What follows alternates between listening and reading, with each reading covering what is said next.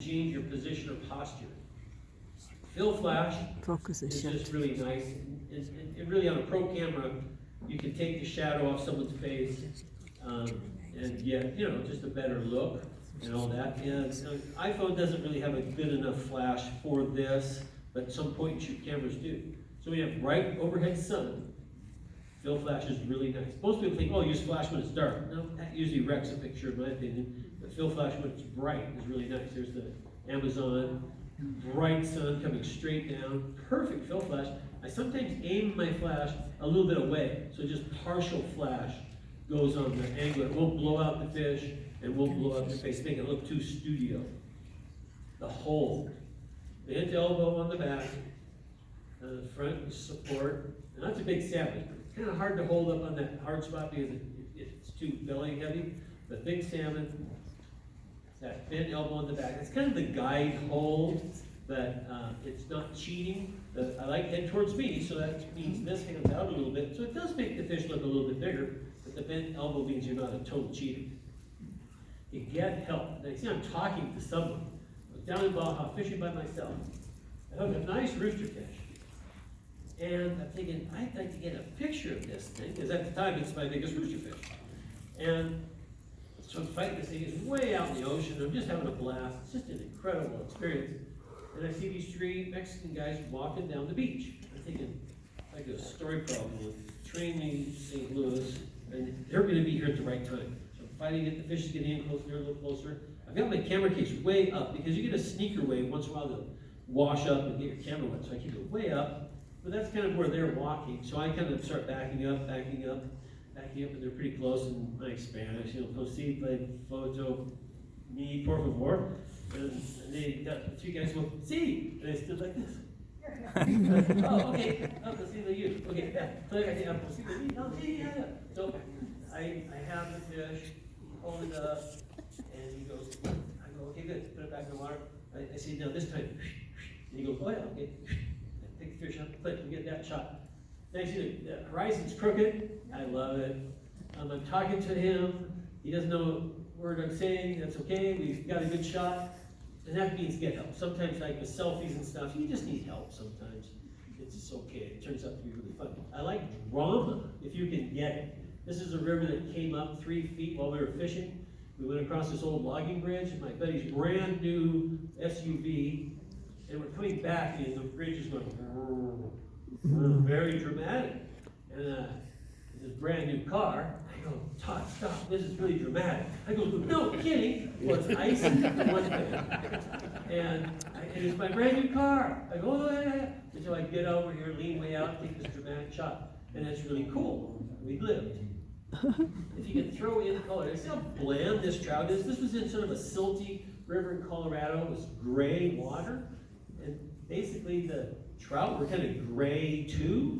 They weren't all yellow and orange and full of spots. It was kind of a nice fish, and these guys I was with needed pictures for the website, so I went, okay. So we walked 10 feet to the bank, threw it in around some grass, and then it was like a keeper. But just out there in that gray water, it was a throwaway.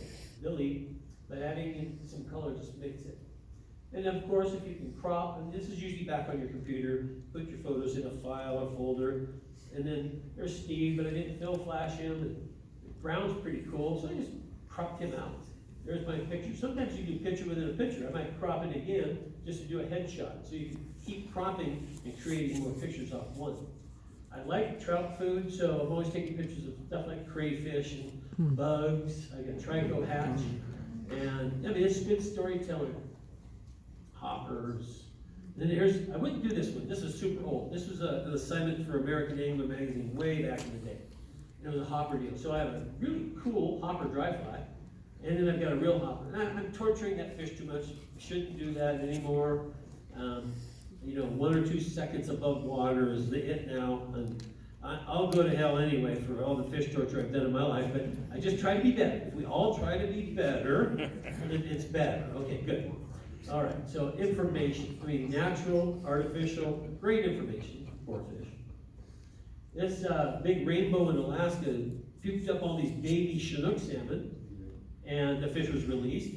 I picked them all up and took a picture of it because it's matched the hatch. We were fishing a small little fry pattern, looked identical to these little sock. I mean, those are Chinook, and it's perfect. It's great information. You can do really fun macro photos for super cheap. This is what I call my aquatic insect studio. It's a white bucket with a light bulb underneath it and a light on top. And so you get a glowing white background and then no shadows, because you got light from both sides. And you can do almost anything, iPhone, point and shoot, or pro camera. It's some really cool bug shots if you want this kind of scientific look. Or this is just with that Olympus Tough. And that's pretty cool macro for $250 camera. Action can be with any camera, takes a little luck. But autofocus has now made things so much easier. Back in the focus days, geez, I would practice by just doing guys pole vaulting and stuff, just weird things to get good at being able to do action. But now you can pretty much get a zone and focus. Some jumps you've got, but getting action shots are really fun. This is kind of set up. It's just a pretty scene with a good caster, getting a loop, getting low, shooting up at the sky, just getting more stuff. This has got every rule there is, because this is in Idaho. I'm going to pass him up and go up to that fast water, but he's got a fish rising up above him. I didn't know it was 22-inch rainbow. And so I thought, well, I'm going to stop. Now you're thinking, look, curve in the river, foreground in focus. This is boring. Well, anyway, so I'm going to be ready. I'm a bit impatient as an angler. I want to get up there with my elk hair caddis, and I want to catch fish up there, but I'm going to stop. This is a pretty scene. He does have a fish rising. He sets the hook, fish runs down to me and jumps, which is okay, because it looks a little bigger, but it's now it's out of focus. So I'm pretty much focused on him and up, and the fish surprised me and came towards me. But had it been in focus, it would have been a great shot. But 5-minute rule. I took 5 minutes out of my life, got a cool shot. And panning, panning is when you follow your subject and shoot with a slow shutter speed. Even an iPhone can do this to a degree. But it usually takes a camera, you can set the shutter speed around 10th or 20th of a second and pan fast. You blur everything out. It's kind of a race car type shot. They're pretty fun to practice. They come in handy for boats. And then depth of field, if you can control it. Sometimes on a point and shoot camera, they have a flower. That might be your macro setting. And then they have a runner, that's your sport setting, fast shutter speed. And keep playing around with it, because you'll find one that has, like this would be on sport, and so it has very little depth of field, not much in focus. So sometimes a meadow of wildflowers is more fun to take a picture of one flower and blur the rest of them out than opposed to a meadow of all of them in focus. It's just not quite as cool. It comes down to style.